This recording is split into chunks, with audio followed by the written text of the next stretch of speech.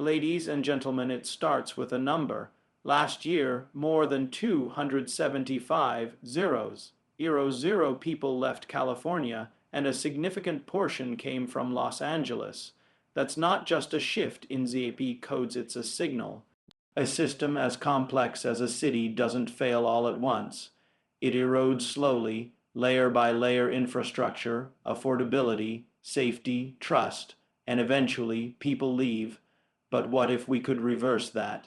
The movement of people away from major urban centers like Los Angeles is often reduced to a narrative of personal choice. People want more space, less traffic, lower taxes. But when you actually examine the data, what emerges is something more structural, more systemic. It's not that individuals are simply giving up on city life, it's that the systems designed to support urban living are failing to evolve at the speed people now expect. This is not about anecdotes or isolated frustrations. The numbers tell a very clear story. Los Angeles has been experiencing a consistent pattern of outmigration, and it's not random. When you overlay population loss with key urban indicators, housing affordability, commute times, public safety confidence, and educational access, the correlations are hard to ignore. In the past decade, housing costs in Los Angeles have risen at more than double the rate of median incomes. At the same time, the average Angelino now spends over 100 hours a year stuck in traffic. Public school enrollment has declined, and public trust in local governance has slipped to levels that should concern anyone paying attention. The tendency is to treat these as separate issues, each with its own agency or bureaucracy responsible for the solution. But they're not separate. They're deeply intertwined. What we're seeing is the cascading effect of urban inefficiency.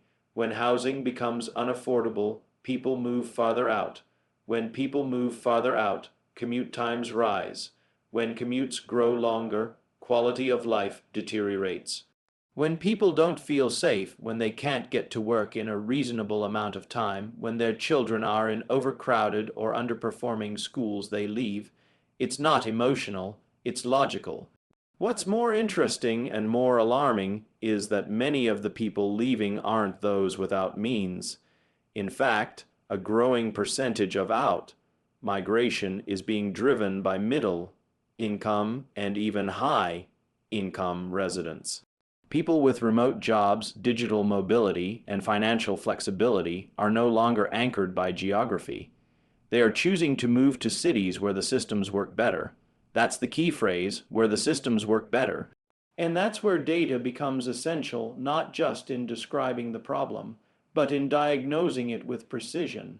For example, it's not enough to say that traffic in Los Angeles is bad.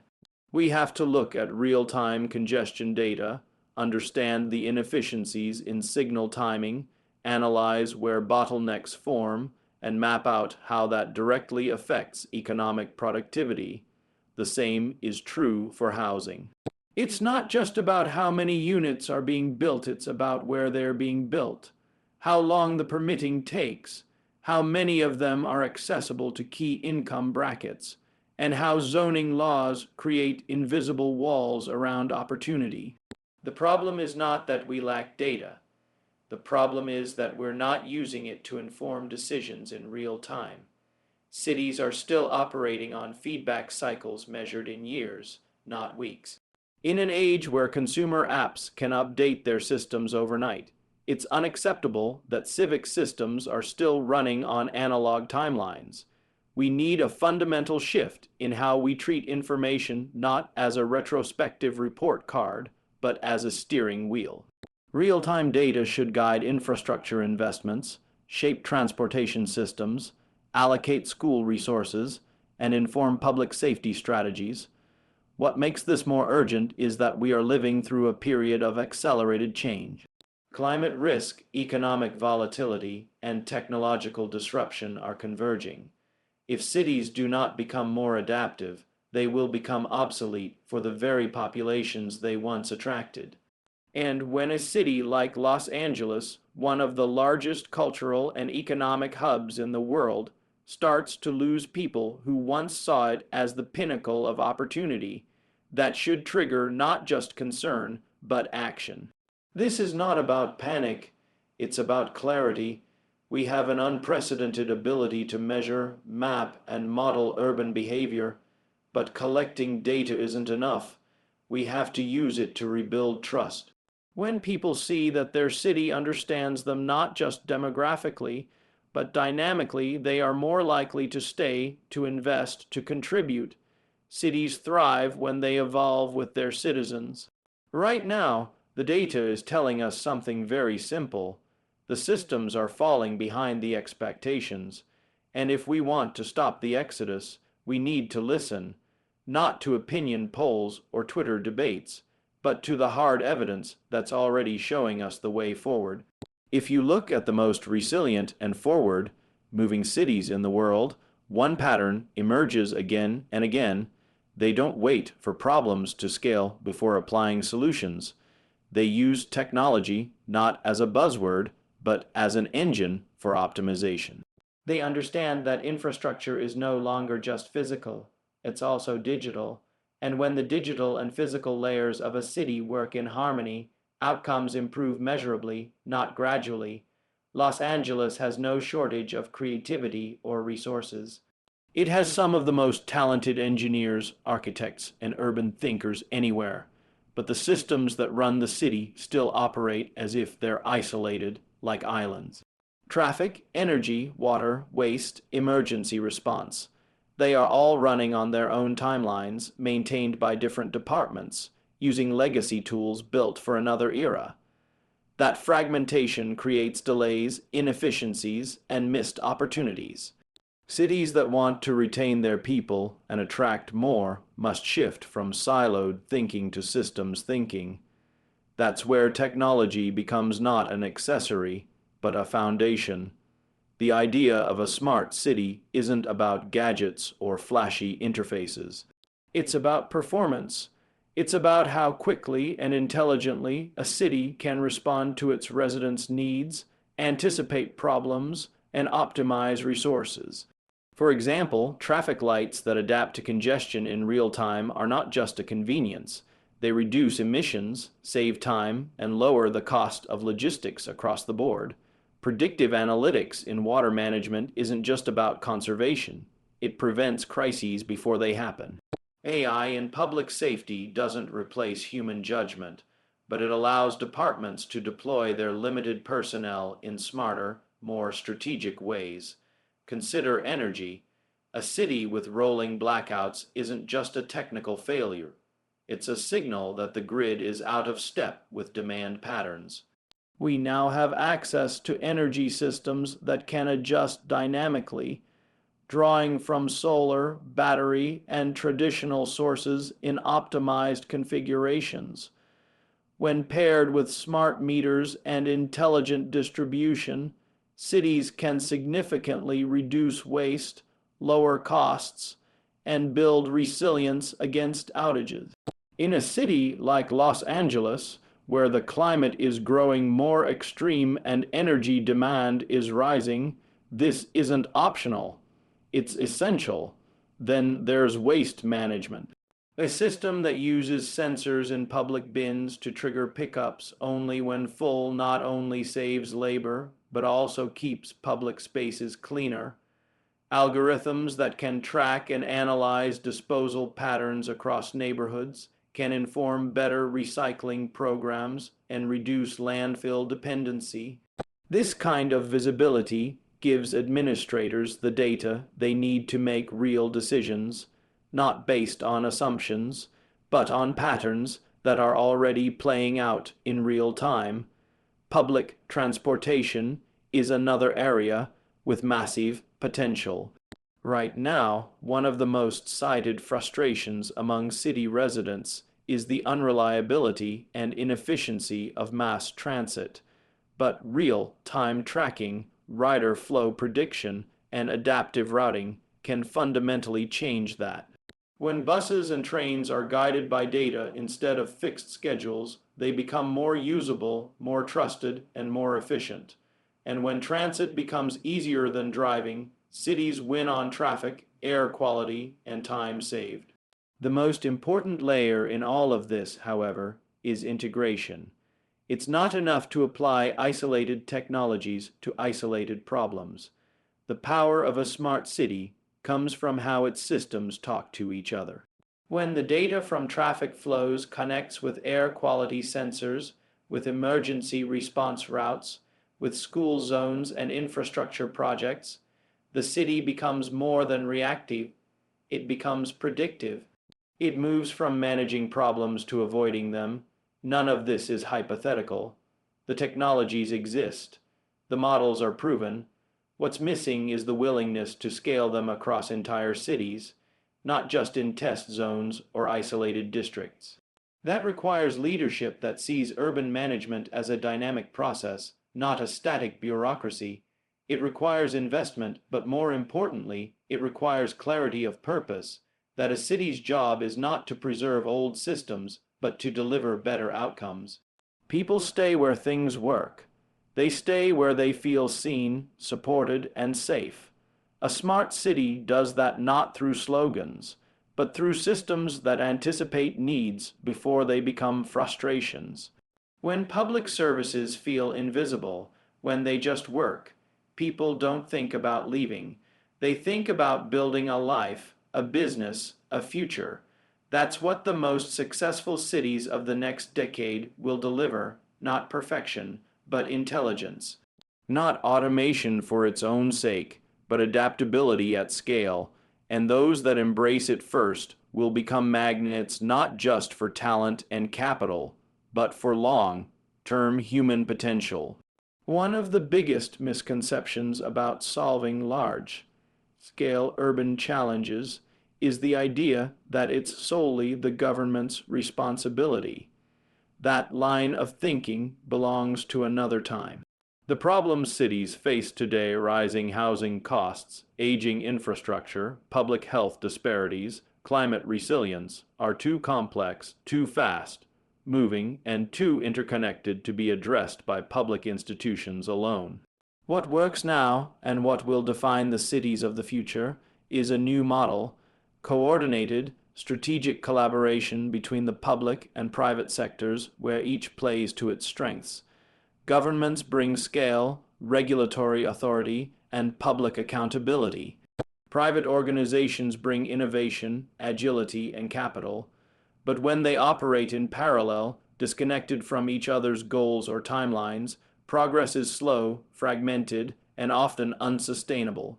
It's when they form real partnerships based on measurable outcomes, shared data, and aligned incentives that transformation becomes possible. This is not a theoretical ideal. There are already examples around the world where this synergy has reshaped how cities function.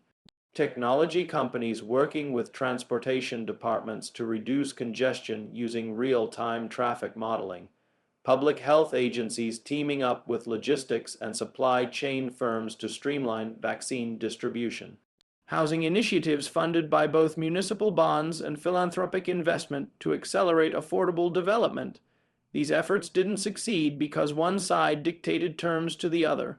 They worked because each partner contributed something essential, knowledge, infrastructure, tools, or funding, and then committed to a shared outcome. What's often missing is a framework that makes this kind of collaboration easier to replicate. Too often, cities engage the private sector at the end of a process, once goals are already defined and plans are set. But the real value emerges when private expertise is brought in at the beginning, during problem definition. Because that's where real innovation lies, not in simply executing a plan, but in rethinking what the plan could be. Take permitting and regulatory reform, for example. It's one of the most commonly cited barriers to rapid development.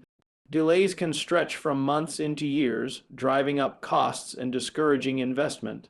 But digital tools developed by the private sector, AI, assisted code compliance, automated documentation, real-time workflow dashboards, can compress those timelines dramatically. The obstacle isn't the technology. It's the absence of a framework that encourages departments and private developers to co-design systems instead of negotiating across red tape after the fact. Another example is data infrastructure. Cities sit on enormous volumes of valuable information, from energy usage to transportation, flows to environmental monitoring. But in many cases, that data is trapped inside outdated systems with limited interoperability. Meanwhile, companies have built some of the most sophisticated data platforms in the world. There is an immense opportunity here for mutual benefit. If cities can share anonymized, secure data with clear privacy safeguards, private firms can help unlock insights, optimize public services, and build predictive tools that cities could never afford to develop on their own. But for this to happen, there has to be trust. Public agencies need to know that private partners will respect the civic mission, and private partners need to know that cities are serious about results, not just politics. This means designing agreements with transparency, performance metrics, and clear accountability. It also means avoiding short-term thinking. If the only goal is profit or press coverage, the relationship will collapse. But if the goal is impact-sustained, scalable, measurable impact, then both sides stand to gain much more over the long term. Education is another area where this kind of partnership can be transformative. Public school systems often lack the resources to modernize curriculum fast enough to match the needs of a changing economy. But private sector leaders in tech, healthcare, manufacturing, and sustainability have a deep understanding of the skills that will be needed tomorrow. When these organizations work alongside educators, not to dictate but to support, the result is a learning ecosystem that's far more dynamic and future-proof. What's important is that this isn't about outsourcing responsibility. Cities must still lead. The public interest must remain the North Star. But leadership in today's world doesn't mean doing everything alone. It means building coalitions that can solve problems together. It means shifting from control to coordination. If the goal is to build cities that are more affordable, more functional, more inclusive, and more resilient, then the question is not whether public-private partnerships are necessary. It's how quickly we can build the structures that allow them to succeed. Because the longer we wait to align our strengths, the more opportunity we lose. And the cities that fail to do this won't just fall behind in innovation. They'll fall behind in retaining the people, the energy, and the ideas that make a city thrive. When the conversation turns to why people are leaving cities like Los Angeles, the topic of housing comes up almost immediately, and for good reason. It's no longer just about whether someone can afford a place to live. It's about whether the system is even capable of producing enough livable, functional, and reasonably priced housing to meet demand. Right now, that answer is increasingly no. The traditional housing model is broken at scale, and if cities want to retain people, not just high earners, but teachers, paramedics, service workers, the people who hold a city together, then housing needs to be rethought entirely. Not just built faster, but built smarter. The math is simple. Demand has far outpaced supply for years, and while prices rise, wages haven't kept up. Permitting processes stretch on for months or even years. Construction is still largely manual, unpredictable, and expensive. Meanwhile, land scarcity and zoning restrictions compound the problem by limiting where new housing can go and who it's actually for. It's a system built for a different era, and it shows in the results. Rising homelessness, overcrowded apartments, and entire demographics priced out of the communities they've served for decades. What's needed isn't just more housing. It's a fundamentally new approach to how we think about affordability, speed, sustainability, and scale. Fortunately, the tools exist. It starts with reimagining construction itself. Modular housing, for example, is no longer a fringe idea. Factories can now produce standardized housing units with precision, speed, and efficiency, cutting both time and costs by up to 50% compared to traditional construction. These are real homes with the same structural integrity, the same amenities, and in many cases, better energy efficiency. The difference is they can be deployed at a fraction of the time it takes to build from scratch on site. But modular alone won't solve the problem. It needs to be paired with smarter design systems. AI is now capable of optimizing housing layouts based on local codes, climate conditions, material availability, and cost constraints. This dramatically reduces the time it takes to go from concept to blueprint. In the past, a mid-sized project might take 6 months of design iteration before ground is even broken. Today, that same process can happen in weeks. When you compress the timeline, you unlock scale. And scale is what cities like Los Angeles desperately need. Permitting is another critical area. Right now, the approval process for even modest housing projects is often plagued by bureaucracy, inefficiencies, and political bottlenecks. But digital governance can change that. By bringing the entire permitting system online, layering zoning data, building code compliance, neighborhood feedback, and real-time tracking into a unified platform, the process becomes faster, more transparent, and more predictable. That predictability is key to encouraging private developers to commit to affordable projects. When timelines are uncertain, so is investment. But when cities create systems that reward speed and transparency, investment flows to the places that make it easiest to build. Of course, affordability isn't just about construction costs. It's about ongoing livability, energy bills, maintenance, transit access. These all factor into whether a unit is truly affordable. That's why innovation in housing must include sustainability. Solar panels, efficient HVAC systems, smart water use, and better insulation aren't just environmental choices. They're economic ones. The lower the cost to operate a home, the more room there is in a resident's budget for healthcare, education, and savings. And that stability translates into stronger communities. There's also room for innovation in how housing is financed and owned. Shared equity models, community land trusts, rent-own frameworks. These offer alternatives to the binary of renting or owning. They give people a stake in the community without the steep barrier of a down payment. They allow wealth, building, and security, even for families starting from limited means. All of this, modular construction, AI design, digitized permitting, green systems, and ownership innovation, forms a new ecosystem, one that's less rigid, less dependent on legacy systems, and more responsive to the actual needs of residents. But it only works if cities are willing to embrace experimentation, to update policies that no longer serve their purpose, and to partner with builders, designers, technologists, and residents in a spirit of shared progress.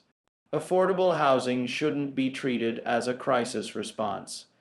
It should be part of the basic operating system of a healthy city. When people can live close to where they work, send their kids to good schools, and feel stable in their homes, everything else improves.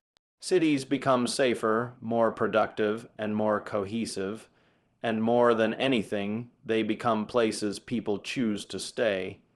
The economy isn't waiting for education to catch up. Every year, the skills that matter most are evolving, yet most school systems are still operating on a model designed for a different century. That disconnect is becoming too wide to ignore, and cities like Los Angeles are already feeling the consequences. When students graduate unprepared for the realities of the workforce, the impact isn't just personal, it's systemic. It slows innovation, drives talent elsewhere, and erodes the foundation of economic growth. The only way forward is to stop treating education reform as a secondary issue and start treating it as a core strategy for urban resilience. Right now, there's a widening gap between what students are learning and what industries actually need. The curriculum is still overly focused on rote memorization, standardized testing, and broad academic subjects that don't always translate into employable skills. Meanwhile, sectors like AI, data science, clean energy, biotech, cybersecurity, and advanced manufacturing are all scaling rapidly and struggling to find workers who are truly ready to contribute on day one. The solution isn't to discard the basics, but to build on them with a much more dynamic skills-based approach that starts with earlier exposure. Waiting until high school or college to introduce students to coding, digital design, or hands-on technical skills is simply too late. Foundational fluency in these areas should begin in middle school, embedded in the core curriculum, just like reading or math.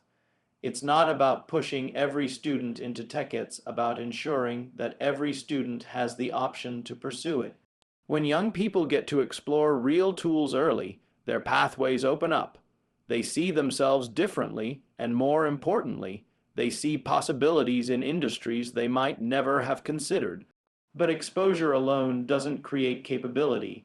There also has to be infrastructure. Too many public schools, especially in underserved areas, lack access to the tools that make modern education possible. This isn't just a matter of having laptops.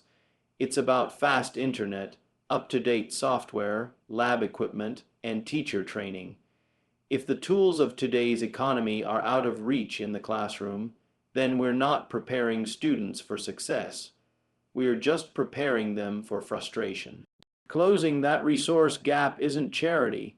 It's a strategic investment in future productivity.